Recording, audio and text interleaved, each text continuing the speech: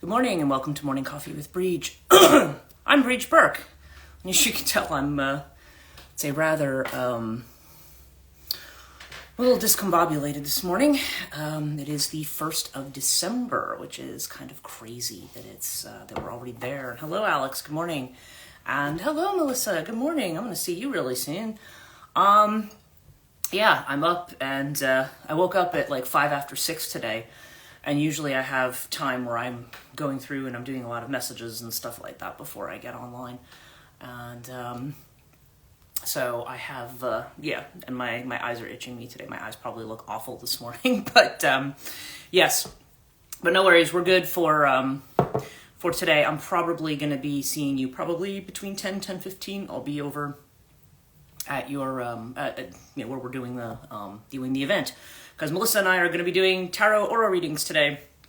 I'll be doing the tarot piece and oracle piece. And hello, Sam. Good morning, noon, afternoon.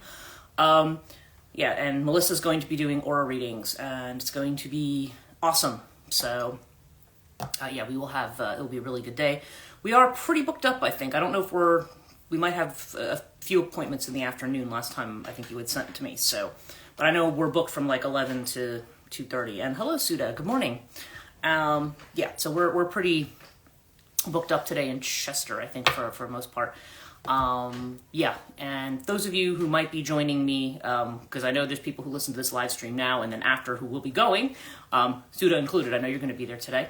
When you go into the 50 Main Street, you want to go, there's like a store right downstairs, and then you want to go upstairs from the main road, from Main Street itself, and then go all the way to the end. Melissa's the last door on the left, so just wanted to mention that. I don't know if we'll figure that out when I get there. But just so people know where it is, because it's a building with a number of suites in it. So, okay, thank you. Yes, and so it'll be and so we'll be set up, and it'll be like it's going to be a really good vibe kind of a day. So I think it's all going to be really awesome. Get on the plane and come get your aura read. Yeah, telling Sam to do that, coming back just for that. Yeah. That's funny. Yeah, it's it would be awesome to see Sam. I would actually like it if we got a plane and we were doing aura reading, and we took everybody who's going and taking them over to England to go get aura readings. I think that would be awesome. Yeah, it'll be a really good day today. But I was doing a class yesterday afternoon, a intuitive development class, and I think I've only got 2 of those left, and one of them's a makeup class, and one's the other one. Sam, well, my family in New Jersey, so I have families in New Jersey, so maybe I'll do that next year. Yeah, maybe that would be cool. And I'm saying, that's a better idea, because I really want an aura reading. Yeah, well, you know what? I'm wondering who does them in the UK. I'm trying to think if I've ever seen anyone do them in the UK. I'm sure there's somebody somewhere who does, but I don't know. Of course, Melissa's are. I'm not looking to take business away from Melissa, obviously, but if you're in the UK, and we're not going to realistically get to the UK, I'm just trying to think if there's somebody else who does it there. I'm sure there is somewhere. But I just haven't, every time I've gotten an aura reading, what were the places I've gotten them done? Fredericksburg, Virginia, Mount Shasta, California, Salem, Massachusetts, and with Melissa here in New Jersey. So it is. People do have them. Oh, and I had another one done. I don't know if I can find that particular image though. They had like one of those Paracon things that was also in New Jersey, or was it in Pennsylvania? Anyway, it might have been Pennsylvania. I'll let you know when I'm in the area. It's what she's telling Melissa here. So it'll be fun. And I think it's extremely generous of Melissa to be doing the aura readings this way, because because I know that's your machine, and that's an expensive machine, and your time and everything, and your software. So so I think that's but hopefully this is going to drum up a lot more business, because there's certainly people who are interested. And of course, she's just doing the photo. People who want the full report and stuff, you can still get that from Melissa as well. It would probably be an additional thing, but she does. I feel like I have a full report from you from at least one of the times that I was over at Rockbox. So and so it's great. And so you get you can see the big picture about what's going on and what all the colors mean and everything. It's going to be fun. So let's see. Okay, so what's going on today? It's 1st of December. as I mentioned, and yeah, this is shaping up to be another busy month. I'm very behind on, it's been Black Friday weekend and I've been barely promoting anything at all that I've had, so I may actually extend some of the stuff just because I haven't had time to get to it.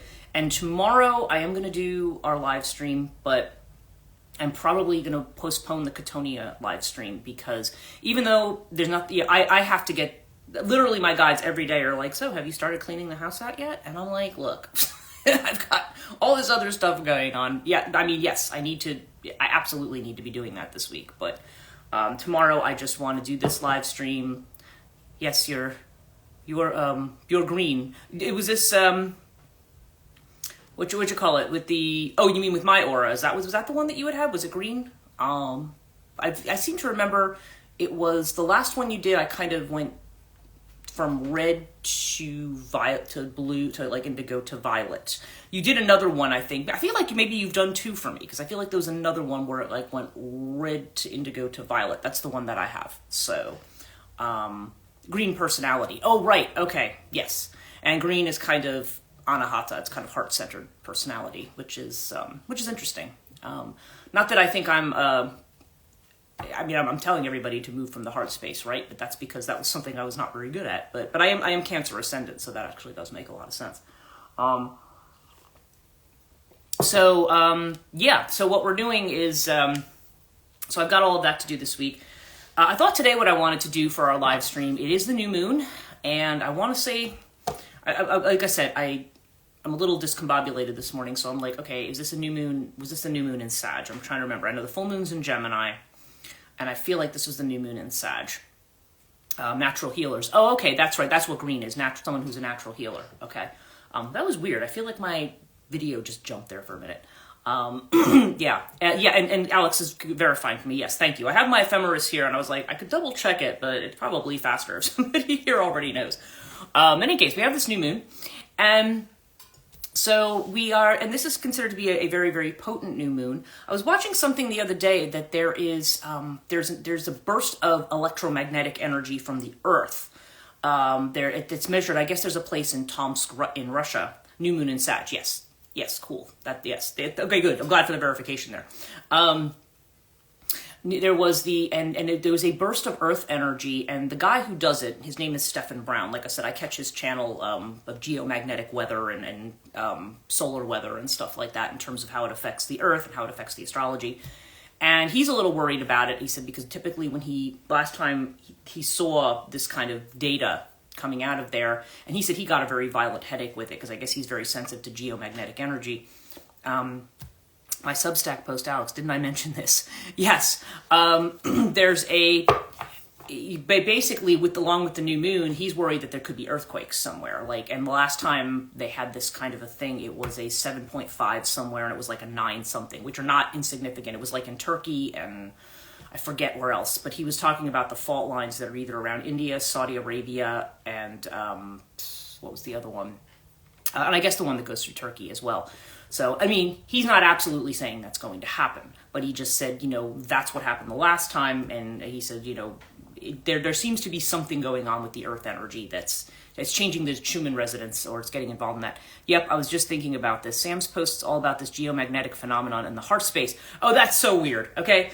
And I was realizing, yeah, it's on my list. I still have not written back to Sam. I'm like looking at everything, and I was like, I was supposed to do this yesterday, and I didn't do it. Anyway, we'll catch up with everything. It's all good.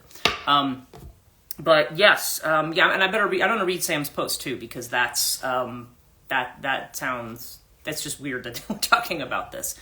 And Azrael had said something about the blood of the earth this morning. He didn't use the term gizyaks, which is earthquakes. He didn't use that term, but there's something about he was talking something about the earth space and the earth energy, but I think it was more relevant to something going on personally, so that's why I didn't really kind of get into it here. But I thought we might do some new moon readings is what I thought would be a good idea for today, because I don't my brain is not picking up anything to pontificate on this morning. So sometimes I have to laugh at myself sometimes, because it's like I talk about stuff and then I'm like, yeah, I don't know. I guess we're just talking. It really all when I talk in the morning about stuff, it's more about things that have just kind of popped into my mind. And the things that pop into my mind are not necessarily the things that pop into everybody else's mind, you know? Because I find myself thinking about a lot of these topics a lot. So, yeah, so there's something going on with that. I guess we're probably going to see over the next few days what that's going to mean, or if that's going to mean anything today, because, you know, at least if you're in the USA, today has just begun, so we'll see what else goes. But I'm going to start with the astrology cards today, I think, because I want to see, and this is going to be more general for everybody here. Still trying to decide which decks I'm going to take with me today. I always make like a last-minute decision as to who comes with me. Natalie had given me a bag she gave me new cards, and she also gave me a bag too. It's kind of sort of behind me on there. To put my cards in. So I was like, oh, I'll have to use her bag. I used her bag yesterday for my class. I'll use it today. Okay, so let's see what we've got here. Ooh. I'm waiting to see waiting to see what jumps out here. All right, and this card's coming up for me a lot lately too. All right, so here's our reading for this morning with the astrology cards. Okay, so we're starting with Mars. Now, Mars has not gone retrograde yet, okay? We still have this this idea of force and action, right? So this is active energy, and it's interesting because the environment card is Earth. So this is almost like force of Earth or energy of Earth is the way I read this, okay? We've got Mars with Earth element. And I always think of Mars because you can also think of volcanic activity too, you know, that kind of fiery activity that may be coming from the Earth. That almost seems to imply that maybe the geomagnetic energy has to do with disturbances maybe in the magma or something. You know, that's what's kind of coming into my head, that this is the environment that we're you know, and that this is precipitating things. Now, energetically, what's interesting, what we're not seeing here is the North Node. Okay, so the North Node, and I think probably everybody watching this is familiar with what that means, but just to say it again anyway, North Node they call this the life's purpose card. And what North Node is about the way in which we, you know, like I said, South Node, at least in Western astrology, is where we've been, like past lives, past karma, ancestry, all that stuff. North Node is where we're going, like in this lifetime. If you follow the theory that we have work to do in the particular incarnations that we have or lifetimes that we have, North Node has to do with the work you're doing now. And so that is what's hidden here. So in some way, that what's happening energetically is shifting us all towards where we're going. It's amazing to me how many people are being shifted into their kind of nodal energy in terms of where they're going. Now in Vedic astrology, North Node is Rahu, and that has a different inflection. The United States chart, I think the United States is in Rahu Mahadasha right now, which is interesting. Which is because Rahu can also be, it's the head of the dragon. Rahu can also be sometimes somebody, you know, it can be about leadership and so forth, but somebody, it's almost like Jupiter on steroids. It can be, is the way that it's often conceived of, and that's not always conceived of as a good thing. It can be people who become megalomaniacs and narcissists and things like that can be associated with Rahu as well. So sometimes it's considered to be a malefic because it can amplify that Jupiter type energy. But in this particular case, that's not what this means. This just has to do with being shunted towards out of our comfort zone and towards the thing that we are actually trying to do. So what do we need to do? What's our advice card? Scorpio, I transform, right? This is 8th house energy, right? We're being called to transform. We're being called to do something different. It's interesting, too, because I'm looking at these two and I'm thinking, okay, your stability is kind of being, right? Your stability is being shaken up. Right? Yeah, it's funny. And, time to transform, time to change. And the outcome card is interesting. We have the moon. Now, the moon has come up for me a number of times. And it's interesting that Melissa just talked about green energy will all be unrecognizable. Yeah, really? Can you imagine? We're all going to be like, we're probably not. Truthfully, I don't. That's actually kind of an interesting thought, because I think it's not that we're all going to be that different. I mean, just maybe to certain people who expect us to be a certain way will be different, but I think we might be more truly who we are. and to a certain degree, I think all of us have been kind of pushing towards that slowly but surely, and whatever that ends up meaning for us, because it's not going to be the same thing. But back to Melissa's point, this is a card that's green, and this is about healer energy. It's literally what this is about. This is the moon card, the soul card. And so this is Cancer energy, obviously. Well, moon rules Cancer. And it's the moon can also be associated with a lot of the water signs too. I mean, and the fact that it's next to Scorpio here, that kind of amplifies the water aspect of this. Because the moon is where we're operating from the heart space, where we're operating from our intuitive space, not from the planning mode. New shells for everyone. Yeah, right. New shells, right. Wait, where are we going to hide next, right?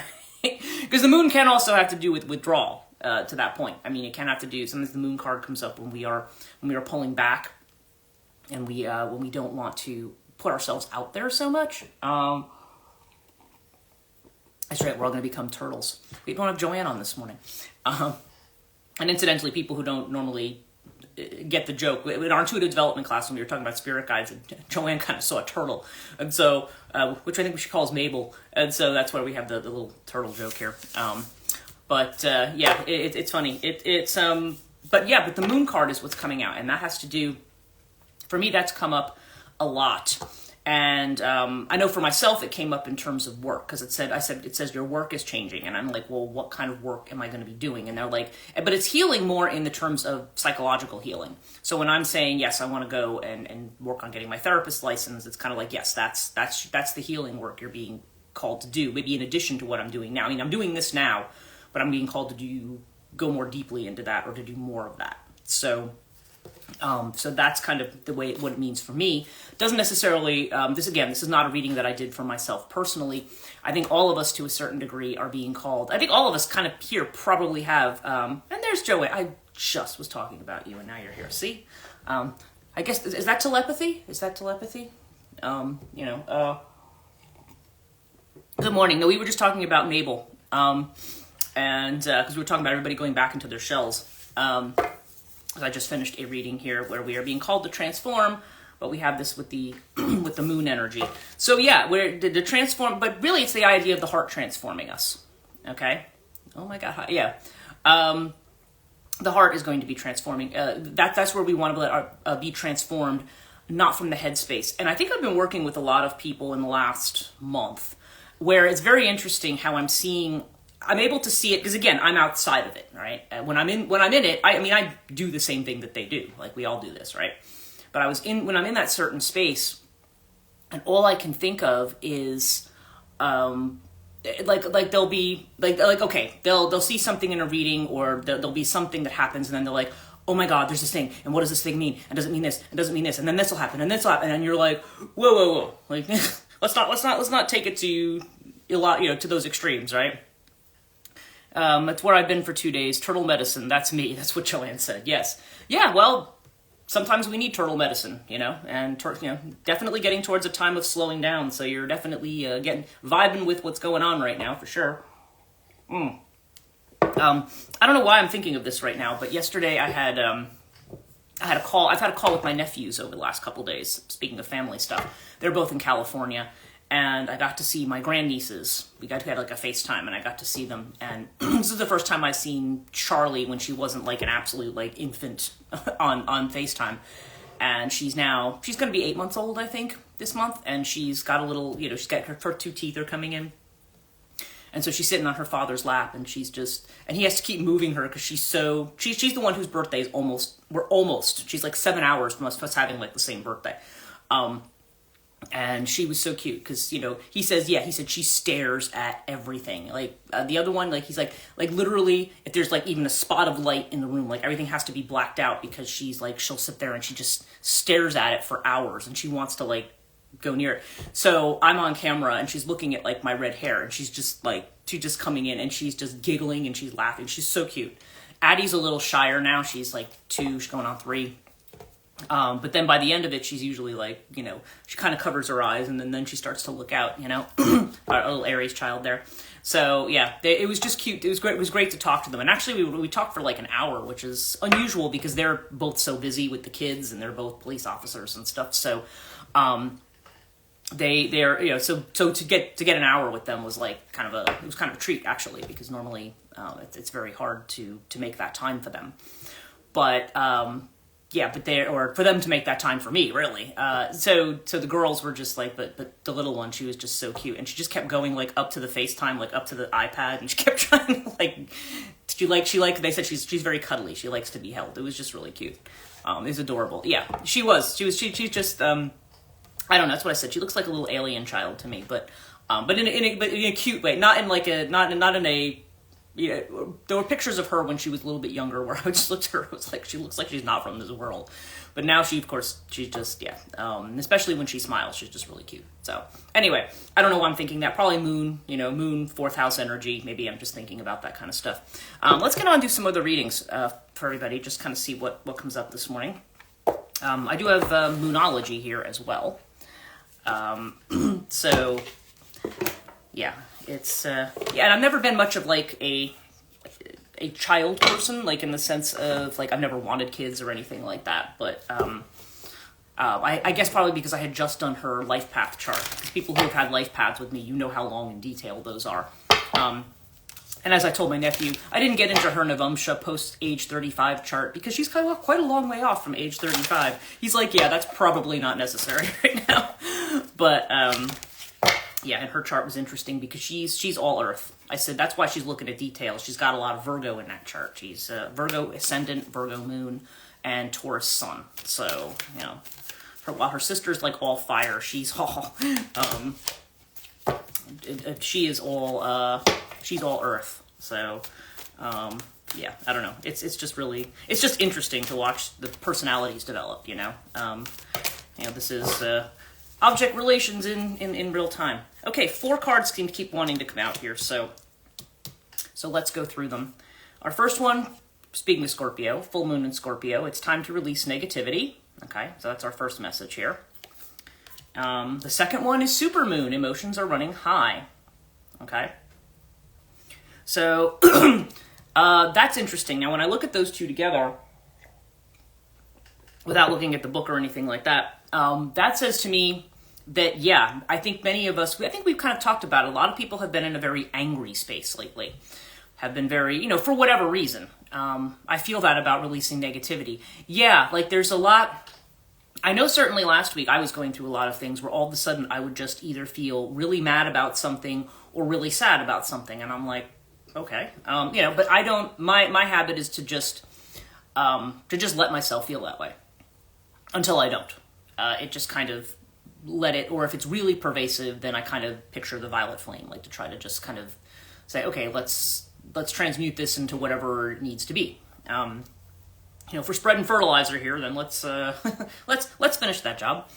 And then eventually it just kind of passes and goes away. And then of course the important thing is also, if you're dealing with people, that if I'm feeling that negativity, that I don't project it onto the people who I'm talking to. Yeah. Same minus flame. I'll try that. Yeah. It's just, just trying to work with that kind of thing. So I just kind of let it pass through. So I think I think certainly a lot of the aspects we were talking earlier about the geomagnetic energy, we were talking about all the solar storms that we've had, all the UV light that's kind of trapped into the earth right now, which is interesting because we were talking about, I think in one of these live streams we were talking about the connection between violet flame and maybe this amplification of UV. Because to operate on a higher frequency, when people talk about that, is to operate in the ultraviolet kind of spectrum, like kind of move in that. So it's interesting that Earth is kind of it's almost like, yeah, this is part of the change that's coming. Maybe it's part of climate change. Maybe it's part of other things, because that is one of the things that the ozone layer is supposed to kind of protect us from. But it's like, how do we, and you wonder if on a practical level, that's one of the reasons we got to amp up, because you're going to be living in a space where there's going to be more, things are going to be more in the UV spectrum, and you want to kind of get with that because that is what it is if you're going to survive, right? So I don't know. That's just a random thought, and I don't know that there's any scientific credibility to it, but in any case, it did occur to me that was interesting. And the fact that what came in the 80s for us was the violet flame, and this idea of this kind of almost ultra, thing that, the way in this energy can heal things. We think about the way that kind of light can be used. But yeah, there's this release of negativity that's going on. And then the other two cards we have are, okay, then we've got balance, spirituality, and practicality. This is full moon in Pisces card, okay? So balancing spirituality and practicality. And yeah, again, I think that's something we've been called to do. We've been seeing a lot of this balancing energy. It's like, okay, we have work to do, we have tasks to do, the day-to-day mundane stuff, our responsibilities, you know, the bills, people have kids, dealing with the kids, whatever else it is that's part of our day-to-day life, our jobs, then there's a matter of balancing that, trying to stay in that open heart space mainly, and trying to allow yourself to hear not only with these ears or with seeing with the eyes, but being able to be open to the other things that you're seeing and kind of integrating that, you know. And that makes sense a lot with Sagittarius, actually, even though this is saying Pisces. I think of it as that temperance energy, that where you're integrating kind of the practical with the emotional, or the practical with the intuitive. That is definitely something. And then, of course, we have the South Node card, which says, don't let your past hold you back. And that's another message I think that everybody has been getting. Like, don't fall into a space where you are, like, where it's hard. Okay. Whenever you talk like that, it sounds very authoritative and judgy. Like, you don't do this. I feel more like it's like we kind of tend to do that automatically, and I think it's more of a case of if you catch yourself doing that. I've had to stop and catch myself doing that sometimes, where I'll be thinking about something and then I start saying, oh, well, you know, this is happening on this date, but then this is not going to be by this date, by this date, by this date. And I'm like, whoa, wait, we don't know what's happening on any of those dates. So, so back up a little bit. Yeah, so I feel like it's kind of like we're being reminded to stay in the present, because I think one of the things that we tend to do is catastrophize. Alex says, yes, absolutely, especially with retrograde happening, it can just happen. Right, exactly. And we do, and when we are caught off guard, we tend to respond instinctively, right? Whatever instinctually, it's not easy. Anything that we have just kind of done, whether it's been a reaction to past trauma, or whether what we are doing in the past is a reaction to, you know, or whether it's just a way from something we were raised with, an idea we were raised with, right? An ancestral, like, this is the way it is. Or we found that certain strategies have been helpful to us in getting ahead in society or getting along with people or whatever. And it doesn't mean all of them are bad or have to go away, but it's just that if we're running into something where we're hit with something unexpected, we may have to review the tools that we have. We may have to review and I always tell people the way to look at that is to look at what the narrative is. And I know people hate that word, but some people hate that word. But to me, it's like, what's the story? If an event occurs and it's a shocking event to you, how are you interpreting the event? How are you interpreting what that event means or where it's going to go? That's what the story is. And how does that connect back to the way you see the world? Okay, which is why we do a lot with mythology in what I'm doing, because it's kind of like, because sometimes there's mythological or archetypal themes to how we look at things, and and then when we recognize archetypally what we're kind of fixated on, it's easier to potentially envision something different, or to kind of write a different story for ourselves, right? That's one of the things we're doing at the ISFM, is like, you know, we're writing different stories, you know, writing different outcomes, or even just imagining different outcomes. Yeah, okay, so I pulled a couple of Between Worlds cards, and we have Centeredness is the first one here. Okay. And this one is, let me find it, I feel like, is that in here? He's got all these different sections, and yeah, I think this is in a different section. Centeredness, yeah, it's under the Wisdoms. Yeah, I figured he had it under a different place here. Okay. I'll read what this says. And centeredness is also what we've been talking about, really. Life at the center of the circle is where balance and harmony reside. This is the middle way, the essence of the present moment. Here in the now, you are neither removed from the world nor lost inside of it. There's equanimity. Relax here a bit. The world is open to you. Eternity is open to you. Yeah, exactly. That's what the Buddhists mean by the middle way. You're in your center. And when you're in your center, you're not escaping from the world, but you're also kind of outside the drama of it. That's the thing about stillness, about being in that, trying to find that center place, or again, just trying to focus yourself in the now. And I had talked about being able to feel that real profound stillness is like an act of grace, but you also, like I said, even if you just do the things that you do every day, if you just slow down and pay attention to doing them, that can give you, even if you just do that for a couple of minutes, I mean, it is something that can kind of just make you realizing what it means to be present, you know? If I sit down and I have my coffee, usually I'm talking through my coffee, but if I just sat down and like experience what it's like to drink my coffee, or, like I said, if I'm doing laundry and stuff, just kind of just really focusing on the fact on what you're doing. It's interesting what kind of a profound effect that has. Okay, our second card is the Architect. Okay, and this is one of the, and I don't remember which one this is. It is one of the astrological ones. Okay, it's Libra. Libra energy. And it says, calm and focused, the Architect holds ground in a changing world. They offer form, structure, and a plan of action. They are a reliable figure, often finding themselves in positions of leadership. Something else a lot of people said that they feel called to lately. Though sometimes rigid in their approach, the Architect will always look at all sides of a situation before planning a route. In social movements, they may not be seen on the front lines, but behind the scenes, they support in organizing and focusing the collective vision. Okay, so, yeah.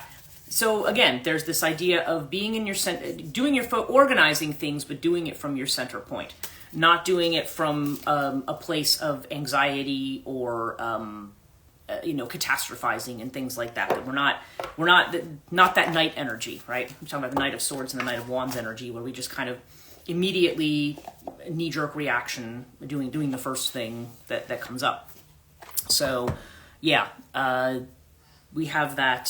So definitely there's kind of a reminder here that amidst whatever earthquakes we may be having, whether they be spiritual, mental, emotional, or literal. I mean, hopefully we're not going to have any literally. I don't think so. I mean, we don't usually have big ones if we do, but whatever happens, that you remain in your center and you just remain where you are now. Like where you are now is where your point of power is. Worrying about where I'm going to be 2 weeks from now, a month from now, next year. We do need to make something of a plan, but at the same time, you don't necessarily want to project what the outcome is going to be. You just start here and say, okay, well, in order for me to do this, these are the initial steps I have to take, and let's just worry about those initial steps right now. Okay, so let's do our regular Zen reading. It's interesting with this new moon, what's going to be happening. And, okay.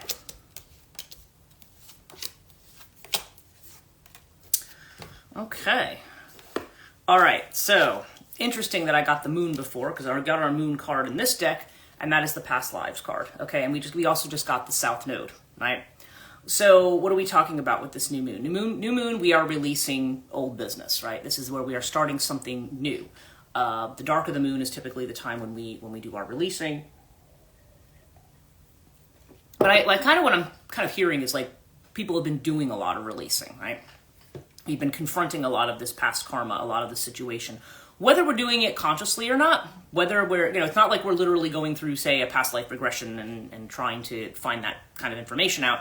This is more like we are, we're operating from this space where we feel, where, I don't know, again, like what I was saying about our narratives, our past stories, and past lives can be a place that our stories come from, again, just kind of unbeknownst to us. Whatever our soul has been through is going to determine how it sees things. If people who have always had a very happy, loving, supportive kind of experience may always just kind of see it that way. We might think of those people as being kind of like Pollyanna, like they only see everything in the good side of everything. And, much to the annoyance of people who have been through a lot of wounding and a lot of stuff, and you're just like, just stop that, But other times if you've been through a lot of wounding and a lot of experiences, that may, if something reminds you of one of those experiences, that may trigger you to think about something in a certain way or assume that a certain outcome is about to occur. But remember, you have to remember that was something in the past and you're in the present now. Yeah, and the inner feeling of which we're unaware is, again, our King of Swords, King of Clouds, which is control. Okay, when we are being, we still, there's a part of us that, because it's almost like we feel like when certain things happen, like we're on the edge of the cliff and we're clinging to it for dear life. You know, either the storm's going to wash us away or we're going to fall off. Like, I think there's kind of a sense of that. And so we feel we have to cling to something, otherwise we're going to free fall or we're going to drown or something like that.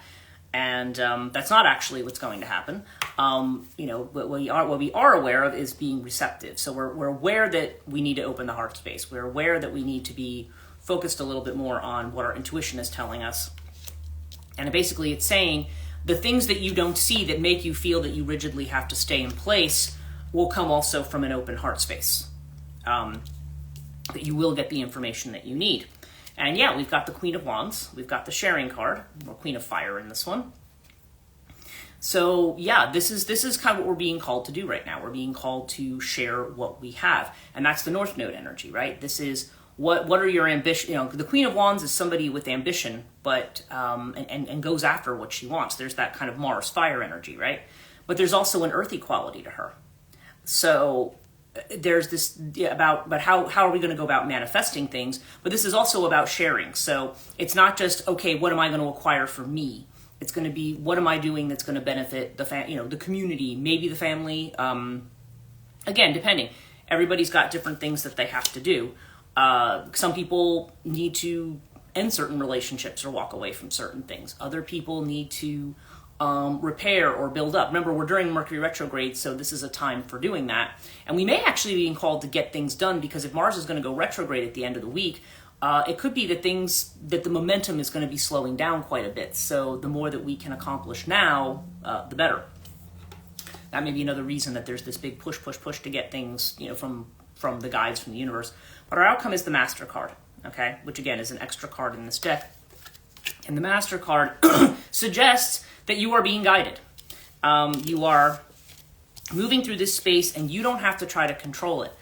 You're being guided by something, you know, whether you have a master or a guru or a teacher who is working with you, and if you don't, it doesn't matter. We all have some kind of guide. And if somebody says, well, I don't have a spirit guide, I don't work with spirit guides, well, then you have some kind of internal, you know, that pole star inside of you, that there's that internal kind of voice that is going to show you where you're going. Okay, so it's definitely reassuring you that it's kind of like being in the car with your guides, and it's kind of like, where are we going? Are we there yet? You know, and then they're kind of, and then they just kind of like, and you're waiting for your guides to be like, now if you kids don't knock it off, I'm gonna leave you on the side of the road, which they won't do, but that's always what I think about.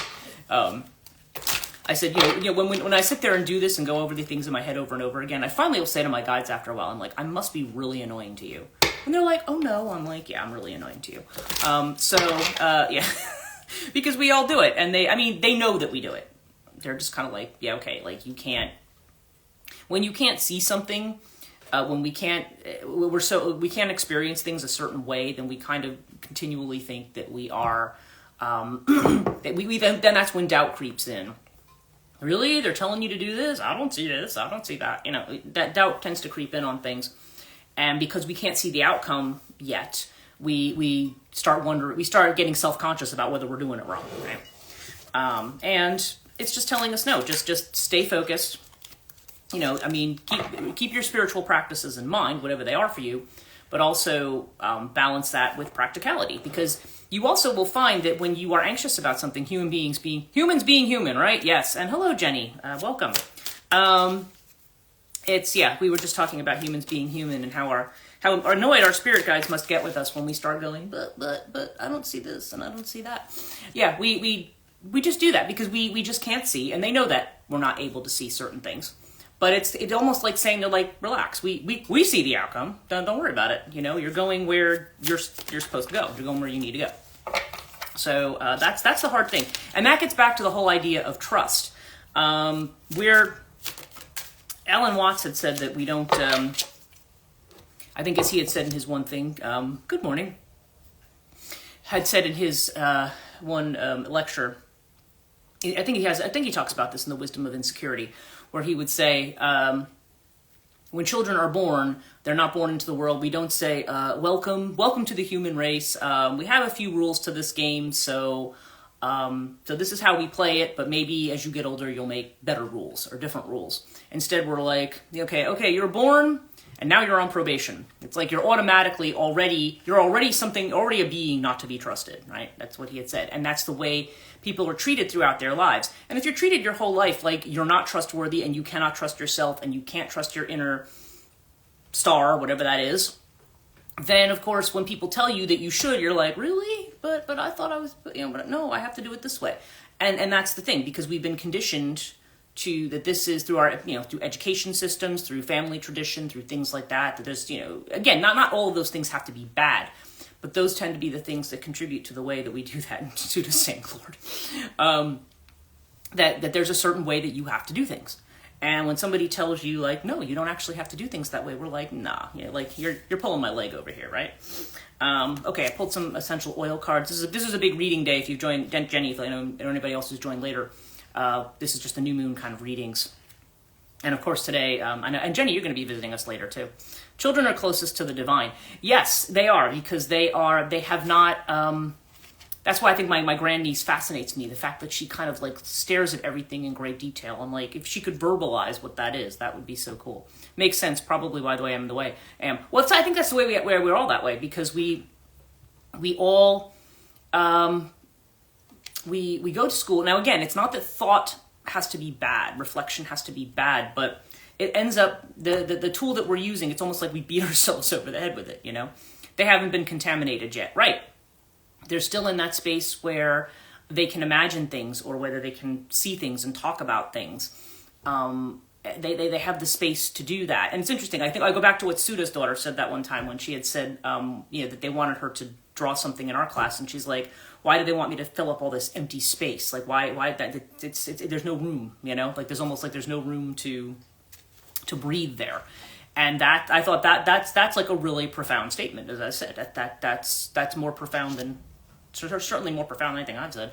But it's just interesting that, because we don't have the space. The whole idea with childhood is that your head's not filled with all this stuff.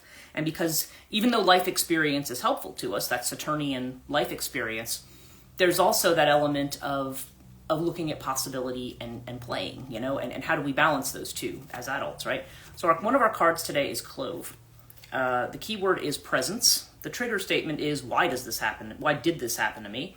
The true statement is, how did this happen for me? It says, know that you are the star of your life. I was just talking about the star, right? You are the lead and the audience is here for you. And then she says, kids offer some incredible wisdom, is what Suda says. And then Joanne says, I was always told that when I was young, and to this day, if I would still allow it. Oh, okay. Yeah. That we always feel like we have to be filling up our space. Just like we feel like we have to be filling up our time, right? Our time has to be used productively all the time. The idea that you could have just a lazy morning sitting around and, not getting in the shower till noon or something, it's just kind of like, what's wrong with you? You need to be focused and doing things all the time.